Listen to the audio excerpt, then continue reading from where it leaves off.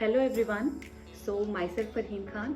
और आज की ये वीडियो स्पेशली है। सबसे पहले तो मैं कॉन्ग्रेचुलेट करना चाहूँगी उन सभी एस्पिरेंट्स को जो एमएससी के एंट्रेंस में बैठे थे और उसके साथ साथ उनको जो फाइनली सिलेक्ट हो गए हैं। A very congratulations to all of you. ये वीडियो स्पेशली उन स्टूडेंट्स के लिए है जो अब काउंसलिंग में जाएंगे, नेक्स्ट प्रोसेस में जाएंगे।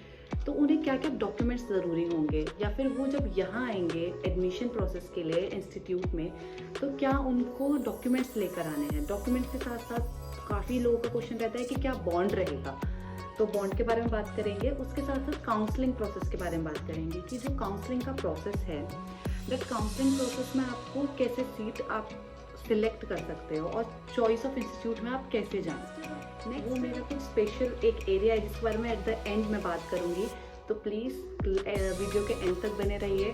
और जिन लोगों ने अब तक सब्सक्राइब नहीं किया है तो वो सबसे पहले जाकर नीचे सब्सक्राइब कीजिए। एंड लेट्स स्टार्ट कि आपको क्या क्या डॉक्यूमेंट्स ज़रूरी हैं। तो डॉक्यूमेंट्स की बात करती हूँ तो ये लिस्ट है जो आप एक एक करके मैं आपको बता रही हूँ, वो आप इम्पॉर्टेंट नोट कर लीजिए। This is very mandatory. जब आप एक इंस्टीट्यूट में आ रहे हो तो आपको ये सारे डॉक्यूमेंट्स अपने साथ लेकर। पहला डॉक्यूमेंट है रजिस्ट्रेशन फॉर्म। तो जब आप लोगों ने अप्लाई किया होगा, फॉर्म भरा होगा, तो वो रजिस्ट्रेशन फॉर्म किया है। साथ में एडमिट कार्ड लेकर आना है अपना, और ओरिजिनल एडमिट कार्ड भी ला सकते हैं आप अपना, या कलर्ड आप प्रिंट आउट निकाल सकते हैं। सीट एलोकेशन का एक अलग से लेटर होता है सीट एलोकेशन का, वो आपको आपकी पोर्टल साइट जो आप एम्स की खोलोगे वहाँ पर आपको अवेलेबल मिल जाएगी। देन मार्कशीट्स, आपकी 4 साल की मार्कशीट लगे। जो फाइनल ईयर की मार्कशीट दे रहे हैं उसमें मैं स्पेशली बता देती हूँ, बिकॉज अभी काफ़ी सारे स्टूडेंट्स होंगे जिन्होंने अभी वो 4th ईयर में होंगे and they will be passing out, तो उनके पास ओरिजिनल मार्कशीट अवेलेबल नहीं होगी। तो what they can do, institute से कह के they can take their provisional marksheet, final year marksheet, and वो उसको सबमिट कर सकते हैं। नेक्स्ट उसके बाद आता है आपका 10th की मार्कशीट। नाउ 10th की मार्कशीट आप लगाओगे, उसके साथ आप अपना प्रोविजनल लगाओगे। कोर्स कंप्लीट होने की आपकी प्रोविजनल मार्कशीट है, या तो आप वो लगाइए या फिर आप अपनी डिग्री लगाइए। बिकॉज फाइनल ईयर स्टूडेंट्स हैं तो वो अब एमएससी नर्सिंग करने आएंगे तो डिग्री भी इतनी जल्दी नहीं मिलती है, तो डिग्री की जगह वो अपना प्रोविजनल पासिंग सर्टिफिकेट सकते हैं। डिग्री के बाद आपकी जो नेक्स्ट बारी आएगी वो डिग्री सर्टिफिकेट की। तो जो आपकी कैटेगरी है, जिस कैटेगरी में आपने अप्लाई किया है या अपनी कैटेगरी अपनी रजिस्ट्रेशन फॉर्म में डाली थी, कैटेगरी सर्टिफिकेट भी लेके आएंगे। और वो मैंडेटरी है कि वो डेट्स जो एम्स के आप ब्रोशर में मिल जाएगा कि किस डेट से किस डेट के अंदर आपका कार्ड सर्टिफिकेट होना चाहिए, because it should be updated.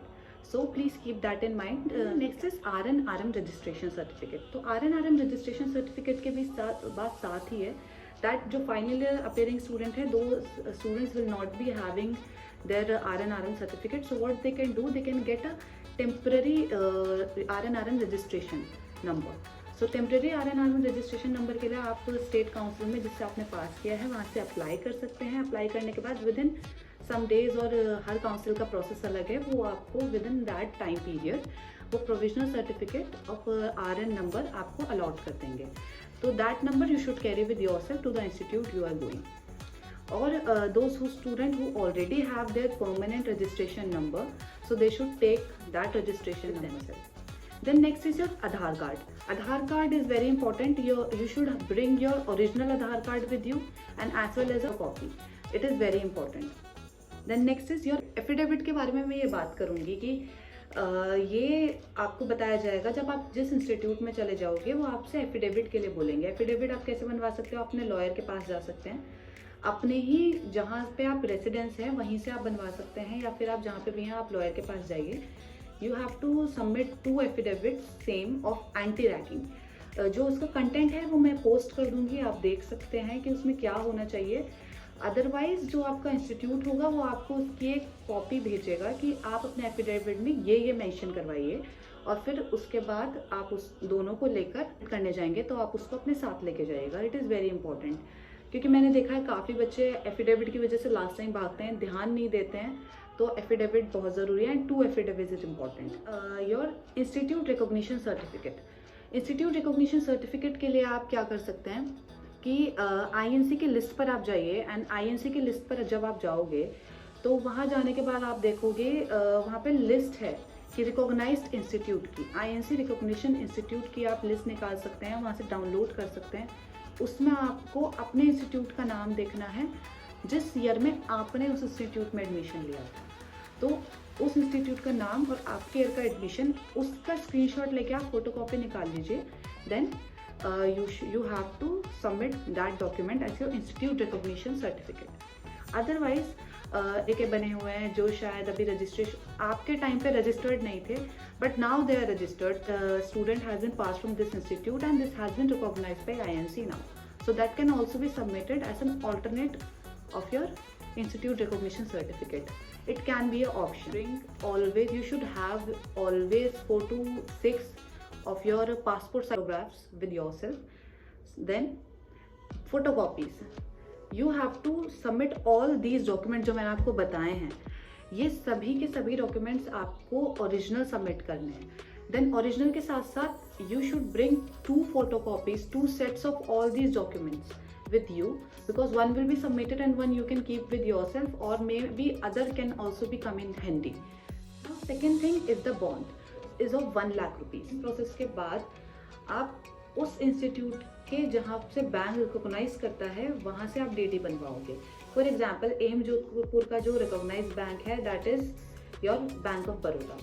Then AIIMS Rishikesh का जो है that is your Punjab National Bank, and of AIIMS Delhi it is SBI. You have to submit it while coming to the institute, so bring that with you. Then next is the counselling process. अपने preference के हिसाब से आप एक list तैयार कीजिए कि आप ये इंस्टीट्यूट चाहते हैं, या फिर मैं कहूँगी प्रेफरेंस लिस्ट आप किस चीज़ पे देख के बनाइए, not on the institute that you में आपको 2 साल रहना है, बट आपको जो सब्जेक्ट के साथ है या जो पढ़ाना है या जिस स्पेशलिटी में जिस फील्ड में आप एक स्पेशलाइज्ड नर्स बन रहे हो, आप एक स्पेशलाइज्ड नर्सिंग डिग्री कर रहे हो, तो that subject should be of your interest. So for example, if you love pediatrics or you love critical care nursing, then अगर आप institute prefer कर रहे हो, then you can feel like AIIMS Delhi critical care nursing, AIIMS Delhi pediatric, AIIMS Delhi your psychiatry, and then other institute like AIIMS Rishikesh critical care nursing. Or you can also do like if subject solely आपका basis है that critical care or this specialty is that I want, तो आप counseling को इस तरीके से भी अपनी choice fill कर सकते हो in that critical care nursing from AIIMS Delhi, critical care nursing from AIIMS Rishikesh, then critical care nursing from AIIMS Bhopal, Bhubaneswar or Jodhpur, anything wherever you like. And about all these necessary things जो मैंने इस video में आपको बताई हैं, इसके साथ साथ मैं एक बहुत इम्पॉर्टेंट चीज़ के बारे में बात करना चाहूँगी जो हम लोग, जो मैं यहाँ पर नर्सिंग में आने के बाद, I am being a specialised nurse right now, I am very happy that you all guys has been chosen and many more want to become a specialized nurse. I am very happy to see that. But what I think is that बहुत सारे ऐसे students हैं, या फिर मैं कहूँ that 80% of the students that I have seen, they usually opt out of MSc nursing or a specialized degree course if they are chosen in NOCET exam. I know this question is very सबके साथ यही होता है. Even अभी भी जो काफ़ी सारे स्टूडेंट्स हैं वो यही सोच रहे होंगे कि if I will be allotted NOCET then I will leave this MSc. कहूँगी कि you should always look far away. The farther you can see the more you can do good to yourself. So first thing is जिसको बहुत ज़्यादा interest है वो MSc नहीं कर पाते हैं. तो ये पहला पॉइंट है कि एक इंडिविजुअल को, कि अगर आप एक इंस्टीट्यूट में आ रहे हो तो आप उस सीट पर आ रहे हो, एक इंस्टीट्यूट आपके ऊपर बहुत खर्चा करता है. एक इंस्टीट्यूट आपके ऊपर, अगर मैं कहूँ एक MSc स्पेशलाइज्ड नर्स बनाने के लिए lakhs in rupees, I can not tell, invest करती है गवर्नमेंट एक प्रोड्यूस करने के लिए. But if I will see the ratio कितनी प्रोडक्शन हो रहा है एक स्पेशलाइज्ड नर्सेस का, तो बहुत कम. नर्सिंग की seats are very minimum, and seats are like 4 in this institute, 2 in other institute, so total you will find only 20 OBG seats or only 6 or 7 critical care seats. So every year only 6 or 7 specialized nurses are producing, but उसमें से भी because people are moving into NOCET, तो specialized nurses तो produce ही नहीं हो रही है. long-term race, this can really downgrade a profession. I think there should be a lot of specialized nurses. उनकी knowledge, उनकी power एक बहुत बेनिफिशियल टूल है पेशेंट केयर के लिए. And I solely respect my level of care that I can provide, what I have learned, I can deliver that. I have the confidence in myself. So what I'm doing now, उन्होंने ANM courses को और GNM courses को धीरे धीरे कम करना या फिर not recognition की लिस्ट में डालना स्टार्ट कर दिया है। GNM and ANM are like अब आप करोगे तो it won't be beneficial because you won't be recognise as a nurse in India. So GNM को उन्होंने क्लब करा पोस्ट बेसिक नर्सिंग के साथ। GNM अगर आप करते हो of your 3 years of your GNM plus your 2 years of post basic, then it will be a collection of 5 years आप दे रहे हो to become equivalent to a BSc nursing honors degree now. Scenario has been completely changed 180 degree. Now minimum qualification is going to become your BSc nursing and essential qualification that you should have will be becoming your MSc nursing degree. Then it is desirable for now, but in the near coming future I can really say that it won't be desirable, it will become in an essential category of qualification. Then further PhD will be, because PhD is also now desirable, it is not essential but it is desirable till now also. Practically aspect से अगर मैं बात करूँ तो there are 2 type of people who will be chosen like BSc nursing degree and MSc nursing degree. Career point of view से मैं इस topic के बारे में अलग से बात करूँगी, बट मैं सोलली इस वीडियो में ये कहना चाहती हूँ कि please become more specialised nurses, give chances to those people who really want to do MSc, if it should be one, either NORCET or either MSc, because coming here will waste your time also, your energy also. This is not easy.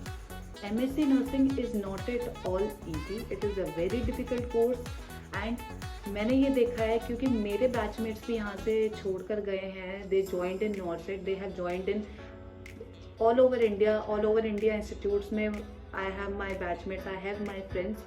So I have seen them. ये hurtful है कि आप इतनी मेहनत करके यहाँ पर आ रहे हो, then you need to leave that. So ये बहुत difficult होगा आपके लिए भी. So just keep one mind from the very beginning. So thank you so much for watching the video and I hope you all like the video because it is very important. So please do like, share, comment and subscribe my channel and please keep sharing. Thank you.